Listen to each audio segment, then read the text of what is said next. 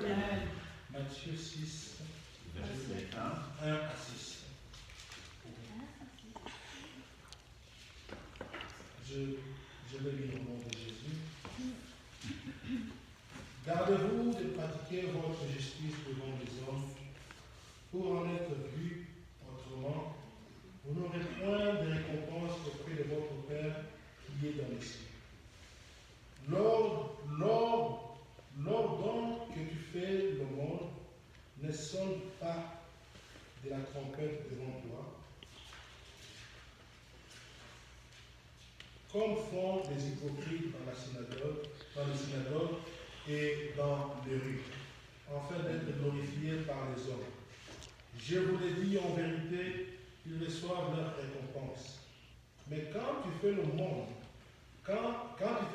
que ta main gauche ne sache pas ce que fait ta main droite, afin que tout le monde se fasse en secret, et ton Père qui voit dans le secret et te les rendra. Lorsque vous priez, ne soyez pas comme les hypocrites qui aiment prier debout dans la synagogue et au coin de rue pour être vus des hommes. Je vous l'ai dit en vérité, ils reçoivent leur récompense. 6.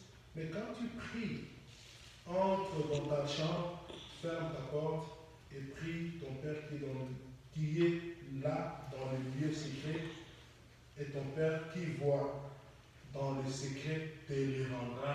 Amen. Amen. Amen, amen, amen. Amen. Je pense que c'est un verset que nous avons toujours lu chaque fois que nous passons, chaque fois que nous ouvrons la Bible. Mon message est intitulé aujourd'hui des lieux secrets. Amen. Parce que vous allez voir que dans tous les versets que nous allons lire, il y a à peu près 3 à 4 enseignements. Amen. Il y a 3 à 4 enseignements que Dieu m'a demandé, Dieu m'a convaincu que je puisse les baser sur les lieux secrets. Amen.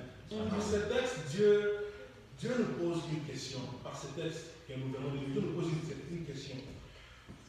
Que vises-tu quand tu pratiques la justice des hommes? Qu'est-ce que tu vises quand tu pratiques la justice des hommes? Parce qu'aujourd'hui, nous voyons dans nos assemblées, dans nos synagogues, les synagogues, c'est comme une église. Nous voyons beaucoup de gens, quand ils viennent, quand ils sont là, ils vivent plus dans les apparences que vivent une vie secrète avec Dieu. Amen. Amen. Beaucoup de gens veulent être vus, beaucoup de gens veulent être là, dans la maison de Dieu, apparaître enfant de Dieu, mais dans les secrets, ils n'ont aucune relation avec Dieu. Amen, amen, amen, amen. Amen. Lorsque Dieu nous demande que nous puissions parler sur ces versets ici, ça veut dire que comme je disais dans ma prière, c'est un message qui m'est destiné aussi. Ce n'est pas un message qui est destiné juste aux gens qui sont assis, non. C'est un message qui m'est destiné aussi. Amen. Amen. Quand tu cherches à vivre une vie secrète avec Dieu, ça veut dire même la vie physique comme ça dans le monde, tu vas dominer. Ça veut dire que tu vas dominer comment? Parce que tu as tellement une vie secrète avec Dieu. Quand quelqu'un qui a une vie secrète avec Dieu n'a pas besoin d'influencer, n'a pas besoin d'impressionner. Vous savez, aujourd'hui, les gens impressionnent, nous sommes tellement impressionnés dans nos églises. Amen. Amen. Nous sommes tellement impressionnés dans nos églises, les gens sont derrière les titres. Les gens sont derrière les titres. Je vais être président, je vais être pasteur, tout ça c'est bon. Mais si tu regardes la plupart de ces gens-là, ils n'ont pas une vie secrète avec Dieu. Parce qu'ils les font beaucoup plus pour qu'ils soient vus aux yeux des hommes. Amen, amen, amen. Amen. C'est seulement dans cette ville ici, c'est seulement dans ce monde ici, que nous voyons qu'il y a de ces gens-là qui aiment être appelés papa spirituel, maman spirituelle. Amen. Amen. Il y a de ces gens-là, ils sont vraiment, non, maman spirituelle. Mais tu savais, quand on va aller d'abord à la définition d'être papa, papa c'est quelqu'un qui voit son enfant naître. Un papa c'est quelqu'un qui fait grandir son enfant. Un papa c'est une personne qui nourrit son enfant. Un papa c'est quelqu'un qui supporte les bêtises de son enfant. Mais la plupart de ces gens qui aiment qu'on les appelle papa, maman spirituel ne supportent jamais les bêtises de leurs enfants, soi-disant spirituels. Amen. Amen. Amen. Donc un papa, c'est comme la semaine passée. Regardez Johan à son âge. J'étais là, j'étais en train de faire mes cours. Je vois quelqu'un me toquer.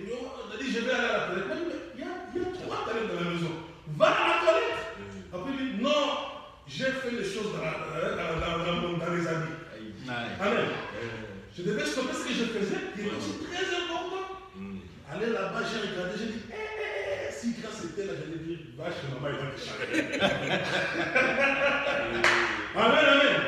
Vous avez dit, papa, tu dois supporter cette odeur-là. Oui. Amen. Il y a beaucoup de gens, aujourd'hui dans ce monde, il y a même des gens qui s'appellent grand-père spirituel. Amen. Grand-mère spirituelle. Amen. Amen. Grand-père spirituel, grand-mère spirituelle.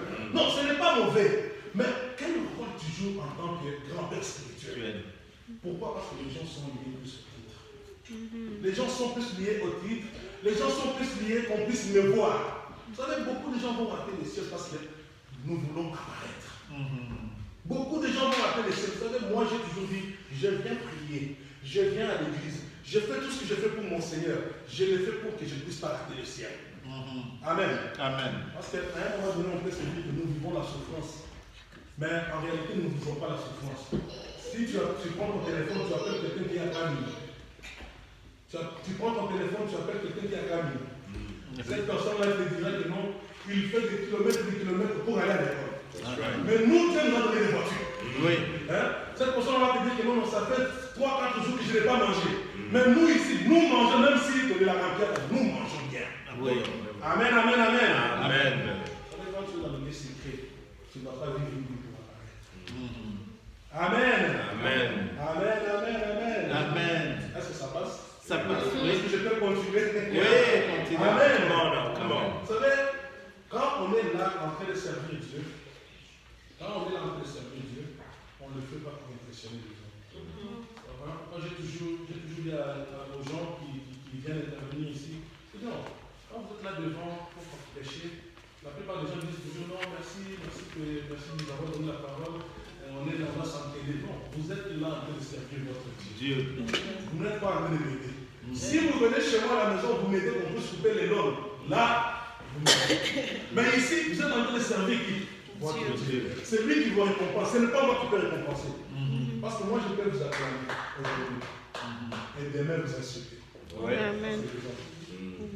Il faut faire attention aux gens qui nous acclament. Il faut faire attention aux gens qui nous acclament. À l'église, faisons attention aux gens qui nous acclament. Tu arrives comme ça, oh tu as bien prêché, oh tu as bien chanté, oh tu es bien. Ces gens-là qui t'acclament, regarde toujours. J'ai l'expérience que les gens qui acclament toujours, si tu regardes, 6 mois, 8 mois après, ce sont ces mêmes gens-là qui vont être là pour parler, pour commencer à spread, pour commencer à donner de mauvaises rumeurs, de rumeurs mauvaises sur toi. Oui. Amen, amen, amen. Amen. Amen. Je vais rester dans